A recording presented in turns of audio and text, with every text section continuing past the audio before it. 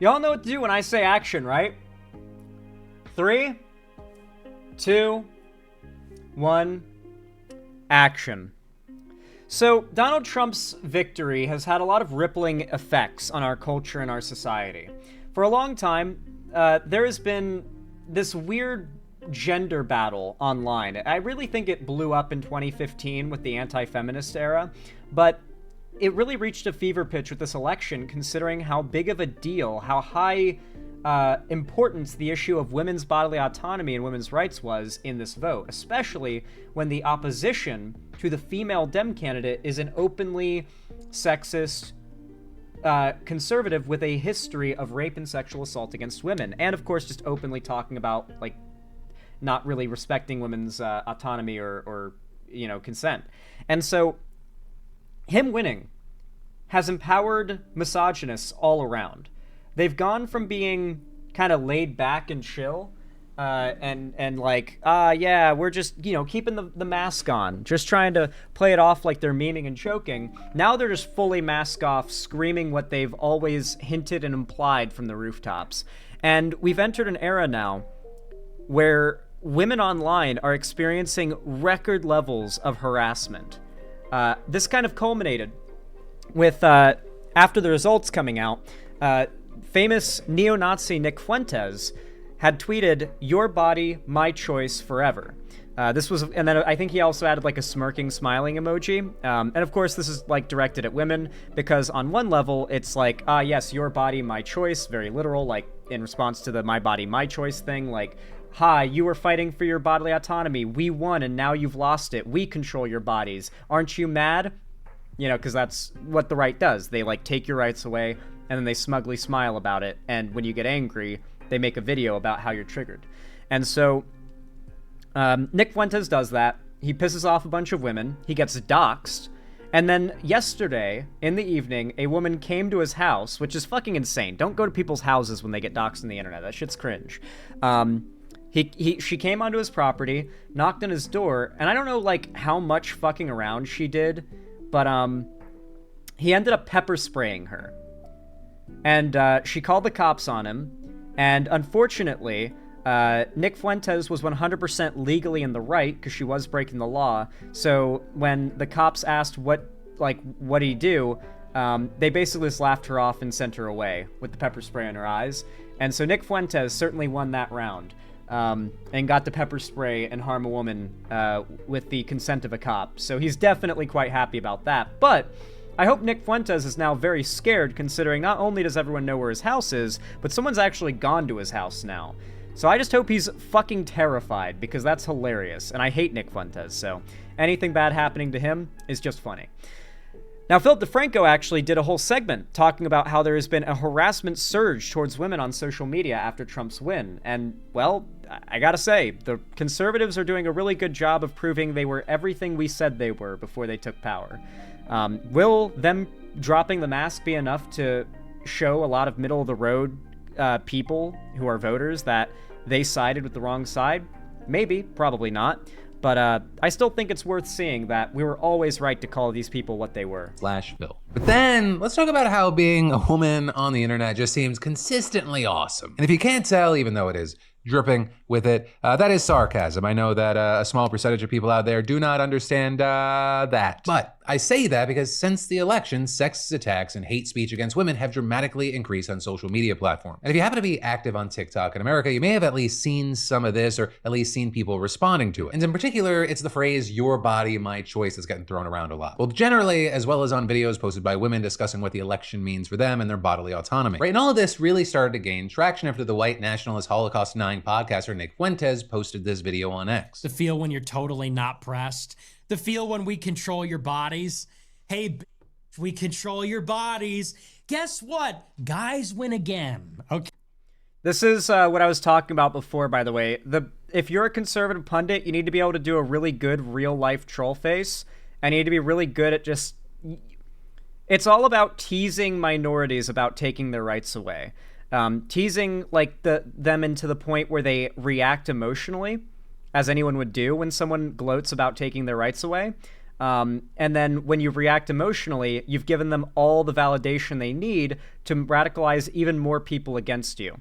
How many times have you seen a YouTube drama, mind you, where someone did something not really bad that started controversy, but then they responded to the drama, and then their response was used as justification to escalate the attacks?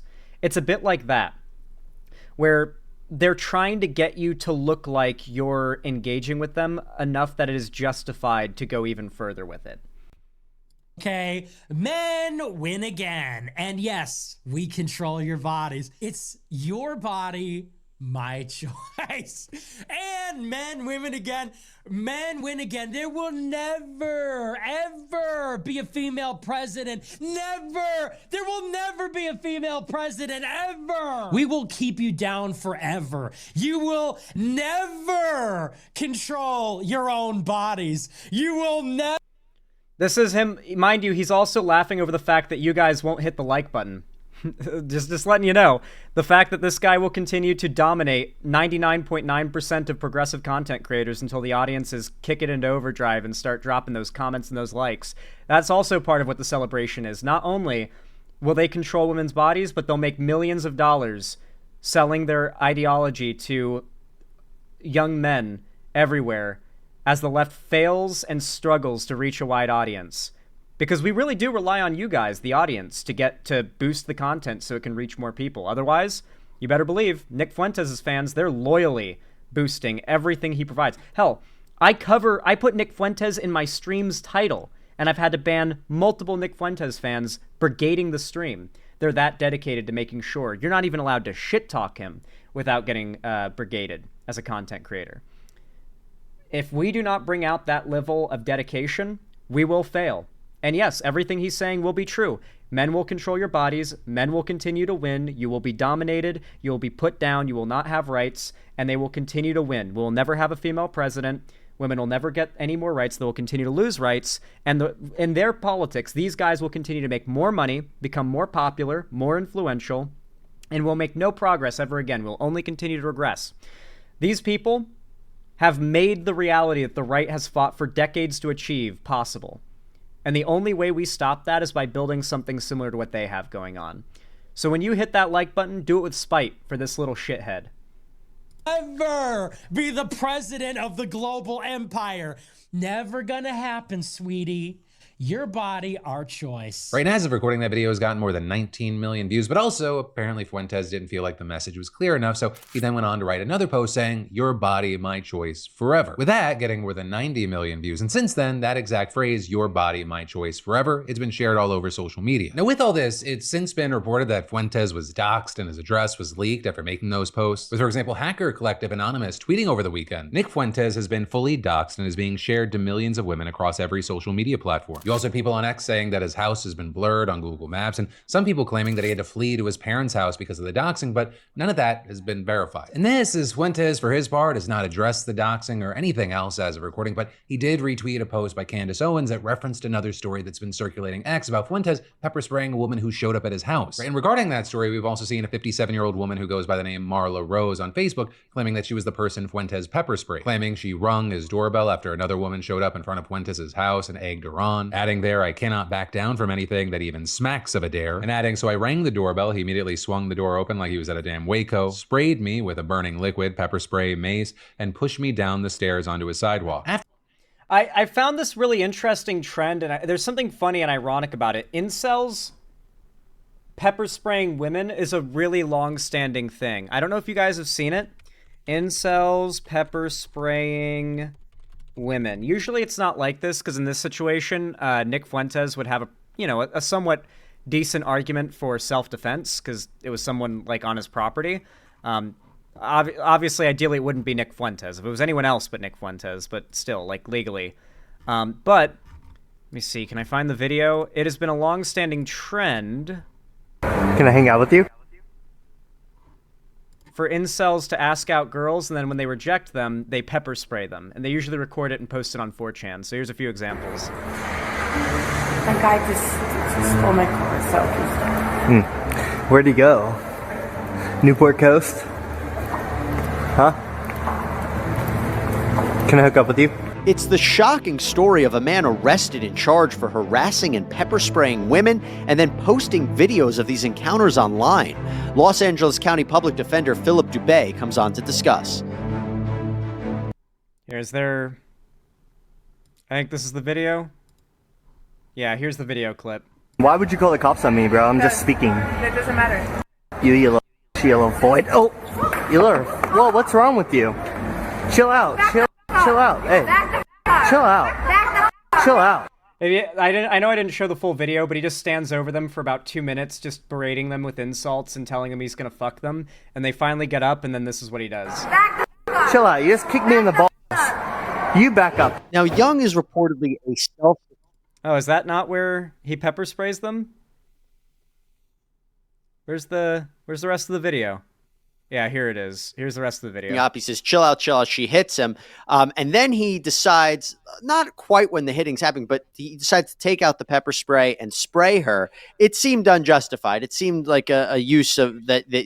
So the reason why they use pepper spray is it's obviously very painful, and they can use it on women. The goal here, it's a very common incel thing, because legally, whether you're a man or a woman, if a woman hits you or assaults you, you've now got the grounds to defend yourself. And pepper spray is something really easy to argue in court that you were in the right. So their goal is to get women to attack them, to hit them with pepper spray, which is absolutely an escalation of force on what the woman would likely be able to do, and then to get away with it, and for even the woman to end up getting in trouble.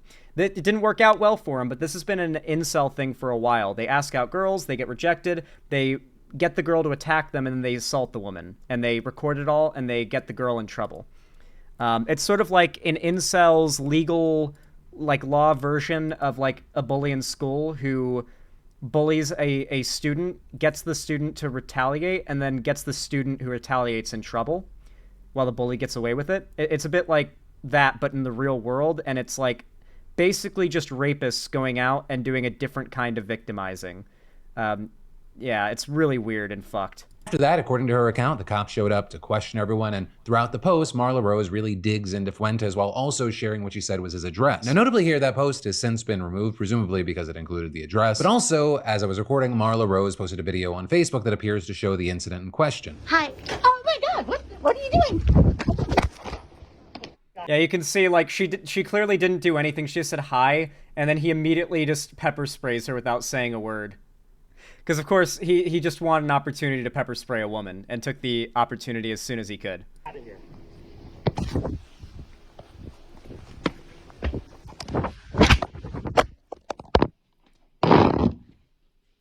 Oh, he's got the camera. But with all that said, right, this whole situation of sexist abuse and harassment online, it goes way beyond just Nick Fuentes. And this isn't just anecdotal. There's actually data to back it up. With, for example, research from the Institute of Strategic Dialogue, ISD, showing that during the 24-hour period between last Thursday and Friday, there was a 4,600% increase in the mentions of the terms "your body, my choice" and "get after or before Ride the Rails. Back in the Kitchen" on X. Also, during that time period, "Your Body, My Choice" started trending on Facebook with at least 52,000 posts. And then, to make shit extra concerning, the organization also reported that the phrase appears to have made its way offline, specifically into schools, saying young girls and parents have used social media to share instances of offline harassment. They include the phrase being directed at them within schools or chanted by young boys in classrooms.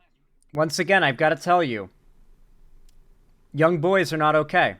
On a base level, by default, you've got to actually, provide a path for young men to divert from the path that they default on. Men by default will get to awful incel positions because they will never be taught to see women as anything other than sex objects, okay? So you've got to teach men to see women as people, or you fail on this entire front. Men don't see women as people by default. I need you to understand this. This isn't I'm legit doing... I'm being absolutist here, and I need you to understand I'm serious. I actually had a video I showed on stream the other day that does a really good job of showcasing how innate this is in male psychology.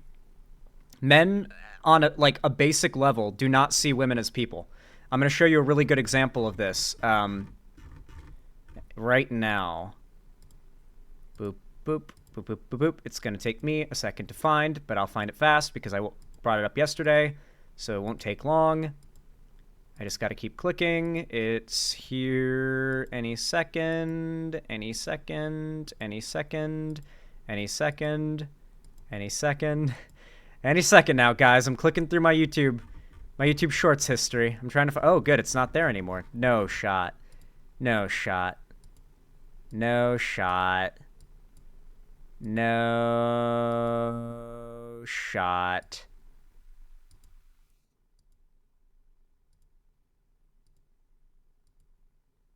Did I show it the day before yesterday, maybe? No, I showed it yesterday, I swear. No shot. Oh yeah, I found it. Okay. Okay, I found it. This is a YouTube short. It is a recording of, it is like, you know those Ring doorbells? It is a Ring doorbell recording of two kids, okay? I'm just gonna let the interaction play out, and I'm gonna explain to you what we glean from this. Now, I'm not saying that any of the kids are awful here. I'm not, like, judging them super hard. These are just kids. It's a very adorable video.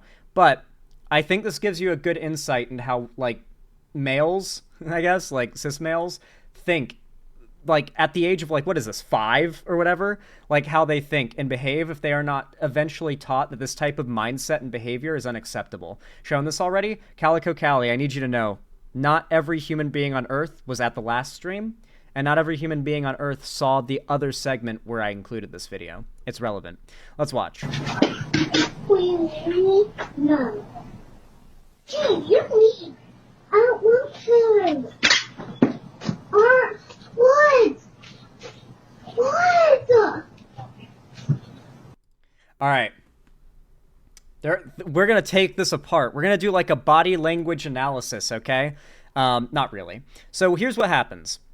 He clearly had a crush on her, made like a little like toy or little heart thing, like a little heart, went up to her and did like cute little kid thing like, oh, will you marry me? And then she said no, because she clearly doesn't like him. Sad, you know, sad. We've all been there. Oh, poor buddy. You'll get through it, little guy. You'll get through it. First, what?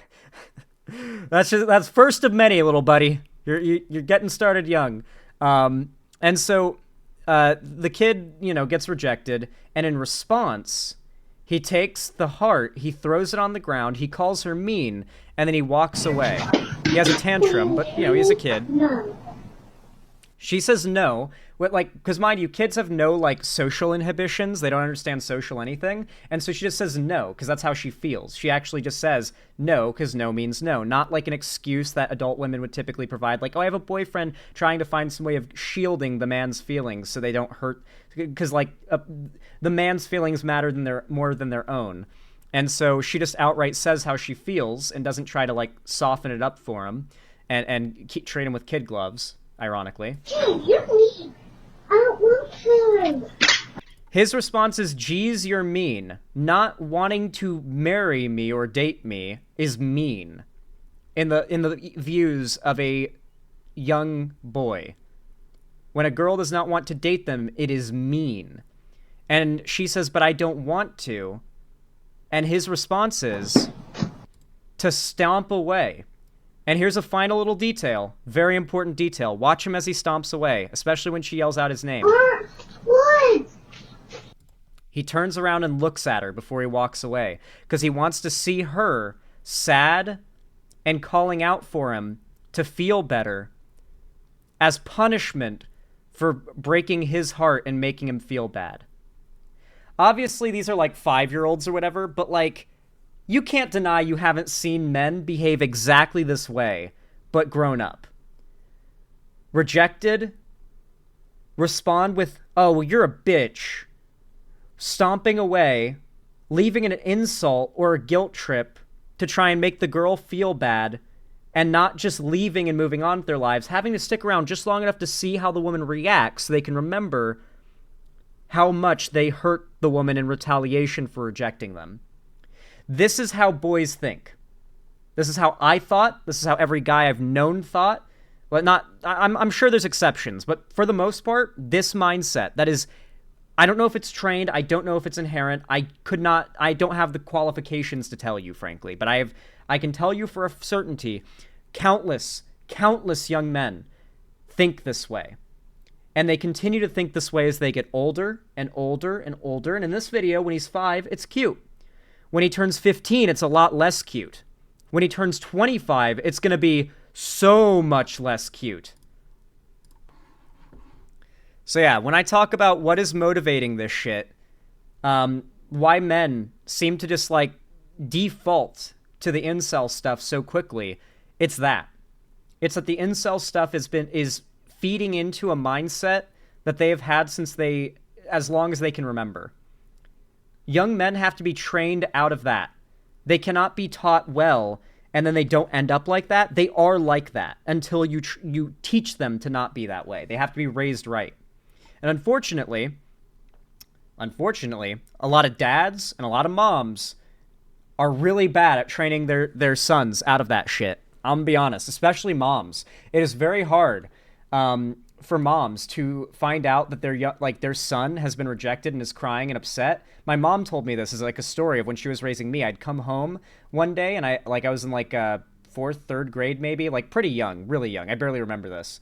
And I came home crying because I had liked a girl and I told her that I liked her and she said she didn't like me. And I spent the whole night talking about how mean and how much I hated her and how awful she was and how much she hurt me and how I never wanted to see her again and I hated her. I was a little kid, and so I'm sure to a degree it was adorable to see how mad I was. But like at the same time, my mom told me that it was like really difficult for her because like she can see her son is hurting and in emotional pain, but at the same time she wants to say, you have no right to beat yourself up and throw a pity party over a woman not wanting to be with you. Like that's not acceptable. And it's this really difficult thing as a parent to say, no, my child, it is completely acceptable that you're not good enough for some people. It's effectively what it feels like you'd be saying to your kid. And it's so hard for parents to train their kids out of that and tell them you need to lock the fuck in and stop thinking this way. You're being pathetic. Because that's truly what it is. Like, I needed to have been told, ideally then, don't think this way, it's pathetic. And I think a lot of young boys need to be taught incessantly, whenever they display this type of behavior by their parents, do not think or behave this way, it is pathetic. With the ISD also reporting increases in other similar misogynistic language. Oh, and on top of that, when the parents reward or do not disincentivize this type of behavior, it trains men to throw tantrums in response to women not having feelings for them, which is, of course, like the entire no means yes mentality, is men not being able to handle hearing no. And so if they don't get trained from a young age that getting told no by a woman is completely normal and fine and something they need to just accept, then some really bad ideas become ingrained as they get older. There have also been big increases calling for the repeal of the 19th Amendment, which of course gave women the right to vote. And all of this is the ISD says that the attacks that we're seeing right now are fundamentally different from similar harassment they documented after the 2020 and 2022 election cycles. With this report explaining that, while this content has kind of always flourished in the so-called manosphere, we're now seeing kind of an unprecedented magnitude and spread of this content. Something they say appears to be connected to bad actors emboldened by Trump's re-election, which they say is something they might view as a broad endorsement of their belief. Calling kids' feelings pathetic is going to backfire in the long run big time, I promise. No, Clint Parsons, I don't think it will. I think that telling your kids from a young age that, like, being a sore loser is pathetic is actually a very good thing. Your kid loses at a soccer game and throws a tantrum. Do you, like, enable that, get them an ice cream to make them feel better and ingrain the bad behavior? Or do you, like, sit them down and tell them that type of behavior is embarrassing, no one likes it, and it's pathetic behavior that they need to avoid? They need to change their behavior. I get that they're kids, but it stops being cute when they stop being kids. They're going to be kids until they're not kids anymore. You have to teach them when they're young, or this shit stops being cute real fucking fast. I promise you. I'm not a parent, but I know enough about parenting to tell you that you can't wait until their kid's grown up to teach them how to be a good person, or you lost already. It has to start as soon as they can understand the concepts of treating others with, like, how is this a controversial take? How the fuck am I arguing with my chat about this? God, I hope the people arguing with me on this aren't parents. And this, because of general things that he says, whether it be reportedly calling Kamala Harris a bitch or other things. As well as, just during this election cycle alone, he was indicted and convicted on charges of sexual abuse and defamation.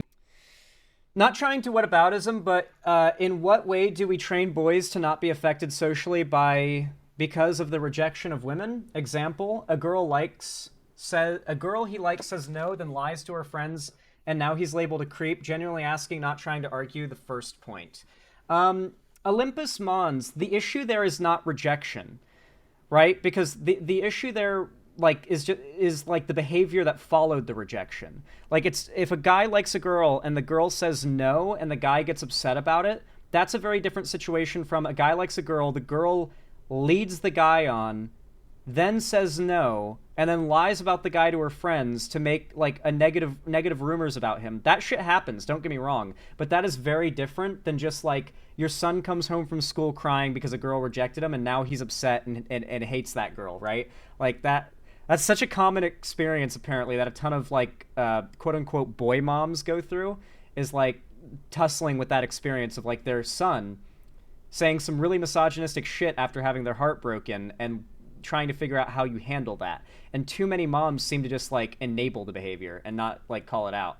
And E. Jean Carroll's legal case against him. And I guess also because he won't stop bragging about appointing the 3 Supreme Court justices who overturned Roe v. Wade. Now, as far as what happens from here on social media, I mean, on X, it'll, I guess, kind of just continue forever. So this is, TikTok, meanwhile, has told reporters that multiple phrases flagged by the ISD reportedly violate their community guidelines for hate speech. With that, including your body, my choice, get back to the kitchen, and repeal the 19th. With a spokesperson saying that content that includes those phrases is removed from the platform unless they're speaking out against that kind of language. So I will say, while they're saying that, we just went to the site really quick and we easily found videos with your body, my choice comments on them. And that includes other videos defending and promoting the phrase. But it's also not just women fending off these attacks, because right now there's a nationwide campaign targeting countless numbers of Black Americans and telling them to get ready to become slaves. With people getting texts like this saying, "You have been selected to pick cotton at the nearest plantation."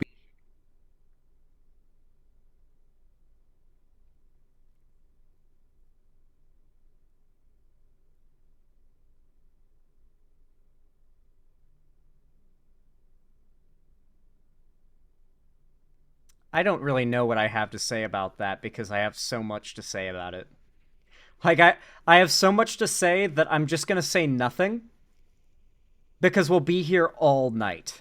Be ready by 12 a.m. November 13th sharp with your belongings. Our executive slaves will come get you in a brown van. Be prepared to be searched down once you've entered the plantation. You are in Plantation Group D. And there are little differences here and there, usually with the date, the color of the van, or the plantation group. But one of the most disturbing things here is that a lot of these texts include the recipient's name at the top. Some of the senders even seeming to hint that they know the recipient's general locations because they list local sites where the recipient needs to report. And if all that is a good way of putting it, Oxpecker.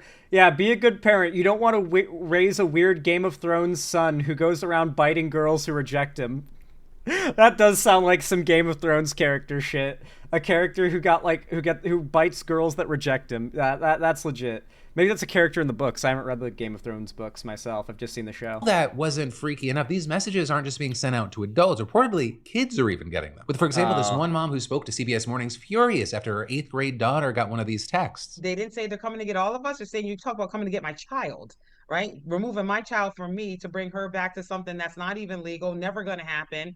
And how dare you even send it to her? How dare you even think that that's something that would be funny to anybody? With then also one mom in Santa Monica, California, taking matters into her own hands, where they're saying that she's spent the last 5 days uncovering dozens of Black students in Santa Monica High School alone that have received the text. And so now she's calling for increased security for Black kids in Santa Monica schools. Meanwhile, activists from neighboring communities in LA are now even reportedly right now, because Trump's not even elected yet, it's just this kind of stuff, the gloating and the celebrating and the empowering of hate, right? Now that Trump's gotten elected, it's going to escalate to real acts of violence when Trump takes office. The most deranged and mentally unwell of these people, of which there are millions of these people that are that deranged, mentally unwell, are going to think that they've won so hard that they're allowed to go grab their gun and start killing every brown person they see. There are going to be mass killings day, not mass killings, but there are going to be killings, racially motivated killings on the day of Trump's inauguration. There are going to be at least a dozen psycho, schizo conservatives that see Trump's inauguration, the moment he is now president, as the moment when it's time to take to the streets. Demanding that a state of emergency be called for Black students. But then also, it turns out this is much more widespread than just LA, right? Because you have CBS News saying that Black Americans across 32 states, as well as in DC, they have gotten these texts. I've been wondering for the past few days exactly how these kids and young adults managed to have their contact information leaked in the first place. I'd say hackers, but hackers still need some kind of root in order to infiltrate such sensitive data, especially since it's coming from numerous states. I wouldn't be surprised if members of staff or someone with access to this information was the cause of this. Something you got to understand is that the right has an insane amount of money and resources at their disposal. It could have literally just been some millionaire Nazi YouTuber who did that, who just like funded a bunch of scammers to like fish as much data from POC as they could and like start sending out mass texts with bots. The right has so much money that there are people whose names you don't even know that could afford to do this. That's the big thing, that like the left has so little power that like maybe Hassan would have the funds to do something like this. There are countless people whose names you don't even know yet that have the money and power to pull something like this off on the right.